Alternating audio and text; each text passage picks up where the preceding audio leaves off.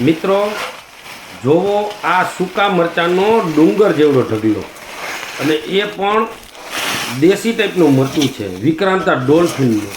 આ સાલ ખેડૂતો દવા છાંટીને અને મહેનત કરીને થાકી ગયા, પણ મરચામાં જોઈ એવી મજા આવી નહીં.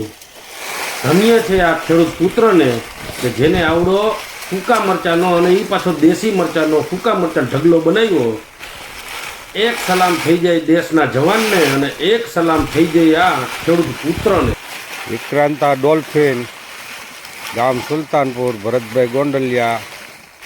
વિક્રાંતા ડોલ્ફિનનું ઘાસડી બાંધવાનું કામકાજ ચાલુ, એકદમ સૂકો માલ. ભરતભાઈ પેલે આ ટાઈપનું આવી રીતે ઢગલો બનાવી એકદમ વ્યવસ્થિત, અને પછી એમાંથી એકદમ સૂકું થઈ ગયા પછી આ ભારી ભરે. આ ભારી ભરાય ઠપકારી કમ્પ્લેટ કરી અને સૂકા માલની ભારી ભરવામાં આવે છે. વાહ ભાઈ વાહ, બાકી બનાવ્યું ભાઈ મરચું હો. દેશી મરચું વિક્રાંતા ડોલ્ફિન, એકદમ સૂકો માલ. જુઓ આ દેશી ટાઈપનું મરચું કોઈને જોતું હોય તો ભરતભાઈ ગોંડલિયાનો સ્ક્રીન ઉપર આપણે આ નંબર પણ લખેલ છે, તો એનો કોન્ટેક કરી અને આગળ વધવું. ઘાસડીયું બાંધવાનું કામકાજ ચાલુ. વિક્રાંતા ડોલ્ફિન, ગામ સુલતાનપુર, ભરતભાઈ ગોંડલિયા. ખામસી ખેડૂત કે જેને આવી મરચી બનાવી અને આવો સૂકા મરચાંનો ઢગલો બનાવ્યો, એકદમ કમ્પ્લેટ ચોખ્ખો.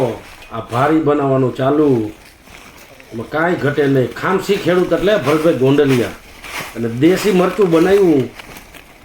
ધન્ય છે કે આ વર્ષે ખેડૂતોને ખેતરે દેશી મરચાંમાં સંભારાના મરચાં લીલા ખાવાય નથી મળતા, ત્યારે ભરતભાઈએ આ વિક્રાંતા ડોલ્ફિન આવું બનાવ્યું. સામે જો ઓલો ઢગલો ભાર્યું ભરાઈ ગઈ, દેખાય એ દેખાય એટલી ભાર્યું ભરાઈ ગઈ ને હજી વીણી ચાલુ છે. મરચી લીલી છે.